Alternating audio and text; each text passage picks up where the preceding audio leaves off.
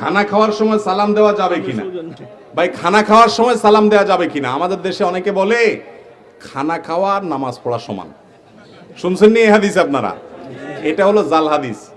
খানা খাওয়া আর নামাজ পড়া সমান, মানে নামাজেও সালাম দেয় না, খানায়ও সালাম দেওয়া, এটা ভুল কথা।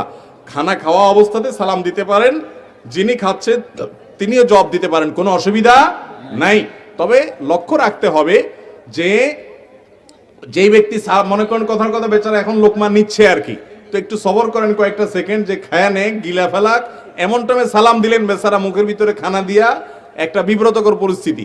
একটু সবর করেন, আগে পরে দেন, কিন্তু খানা অবস্থাতে সালাম দেওয়াও যাবে, নেওয়াও যাবে। খানা অবস্থায় কথা বলা যায় কি যায় না? অনেকে বেশি বকবক করতে থাকে, এই জন্য অনেক মুরব্বী জাল হাদিস বানায় নিছে, নামাজ পড়ার সময় তো খামা, অত বেশি কথা বলা যাবে না, এটা ভুল কথা। তবে হ্যাঁ, অহেতুক অপ্রয়োজনে খেতে বসে অনেক বেশি কথা বলা, এটা স্বাস্থ্যের জন্য ভালো না, শরিয়া দৃষ্টিকোণ থেকে প্রশংসনীয় না। কিন্তু দু চারটা দরকারি কথা অথবা সালাম আদান প্রদান করাতে কোনো অসুবিধা নাই। এরপরে প্রশ্ন হলো, চাঁদ দেখে চাঁদকে সালাম দিলে নাকি চোখের জ্যোতি বাড়ে, কথাটা সত্য কিনা? চোখের জ্যোতি বাড়ার জন্য চাঁদ দেখে চাঁদরে কি দেয়? সালাম দেয়। কত কুসংস্কার যে আমাদের দেশে আছে আল্লাহ তাআলা জানে। চাঁদ দেখার পর দোয়া পড়বেন, আল্লাহুম্মা আহিল্লাহু আলাইনা বিল আমনি ওয়াল ঈমান ওয়াস সালামাতি ওয়াল ইসলাম, কোন কোন riwayat আছে বিল ইউমনি ওয়াল ঈমান। এটা হলো চাঁদ দেখার দোয়া, রব্বি ওয়া রব্বুকাল্লাহ, এভাবে দোয়া পড়বেন। কোন সালাম কালাম চাঁদকে দেওয়া, মানুষে সালাম দেন না, আপনি চাঁদরে সালাম দিয়ে বেড়াইতেছেন। সালাম দিবেন কাকে? মানুষকে।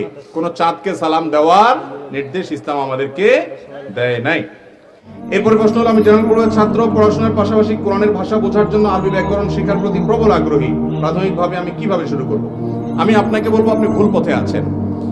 আরবি ভাষা শেখার জন্য, বিশেষ করে কোরআনের ভাষা বোঝার জন্য ব্যাকরণ শেখার কসরত করতে যাবেন না। এটা আপনি করতে পারেন, কিন্তু এই পথে গেলে আপনার জন্য কষ্ট হবে অনেক বেশি।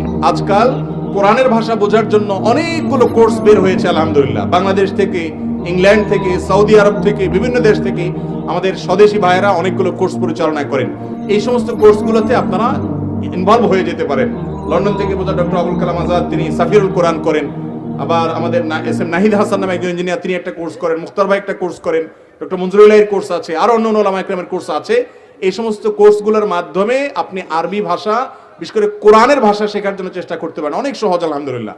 ব্যাকরণ শিখে যদি আরবি শিখতে চান, তাহলে আপনাকে 2 থেকে 3 বছর সময় হাতে নিয়ে জার্নি শুরু করতে হবে। আর শুধু কোরআন বুঝতে চান, 2-4-6 মাসের মাধ্যমে কোরআনের 30 থেকে 40 বা 50% পর্যন্ত আপনি কোরআন বুঝবেন। বিশেষ করে রমজান আসছে, তেলাওয়াত যখন বুঝবেন খতম তারাবিতে, অন্যরকম একটা মজা পাবেন। আর না বুঝলে আপনার সে স্বাদটা হবে না। বিধায় বোঝার চেষ্টা করা উচিত।